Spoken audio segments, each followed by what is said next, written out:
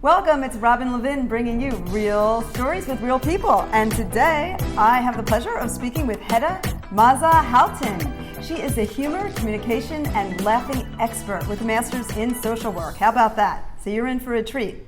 Welcome, Hedda. Well, thank you. Very glad to be here. And let me also mention her company. She's president and founder of For the Health of It. Great name, I love that. Which is a consultation services company that promotes the health of organizations and individuals in an electrifying, non-traditional manner. So, how did you start the program with Laugh for the Health of It? Well, it was one of those electrifying manner kind of way of educating about the importance of laughter. Two things that inspired me to do the Laugh for the Health of It program. One was that I come from a family that was filled with joy and laughter, and my dad was always telling jokes. His favorite song was Smile, Though Your Heart Is Breaking. And when he died, in his wallet was a card that had all his punchlines. So laughter and joy was always part of my life.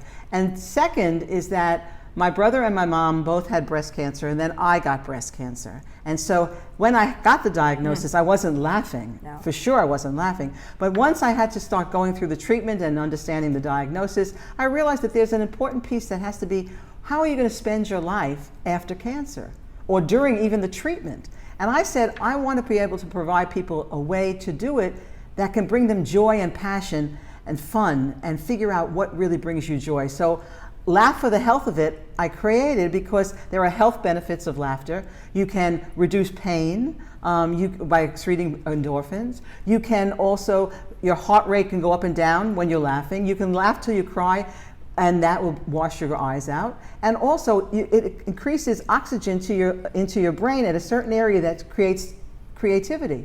And so if you're having a problem and you're stuck on it, stop wanting to figure out how can you handle that problem. Just go and have some fun and some joy and bring laughter, and then come back and you'll find some solutions. You even have a CD with your laughter on it? Yes, I do. I have and sometimes just calling another friend, and I have a laughter partner, and I call her up and I just go, I need some laughter, and I go,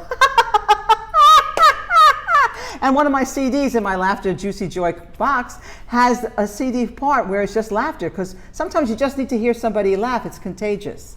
You know, so that's how it inspired it. And there's also another character of yours that you've developed, Princess Juicy Joy. Princess Juicy Joy has smile balls on a crown, and I created that other character, and I usually do it with a bow or something. I always say to people, have a laughter corner in your house, because having a laughter corner, whenever you need that joy, you pull out a boa, you pull out a funny hat, and you do something that, you know, you may play backgammon with your husband, or you play some kind of games, and you do it with all these boas and crazy hats on. In fact, in my workshop, I have a table filled with all these crazy things, and say to people, create your own laughter corner in your home. I love that. Oh, and speaking of workshops, you are speaking at the upcoming Lifelong Learning Expo, which is February 5th in Sarasota, 8:30 to 1:30, on what, of course, a humor panel. Yes. But I don't think she's going to be speaking, right? Right. Well, the amount of time that we have, I'm going to not talk, but rather I'm going to get you all up, involved, and interacting with each other and doing a few different fun exercises that will, at the end of that few short time, you will be able to have some new ideas of how to bring laughter and joy in your life, because that's my goal. My goal is to increase laughter and joy, and everyone has laughter and joy in a different way. But for me, it's dancing, and I know you heard about this.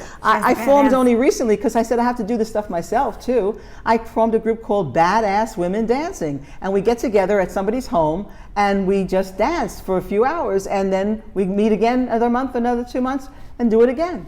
Alrighty. And also, you mentioned that this expo that I'm speaking at, which is lifelong learning.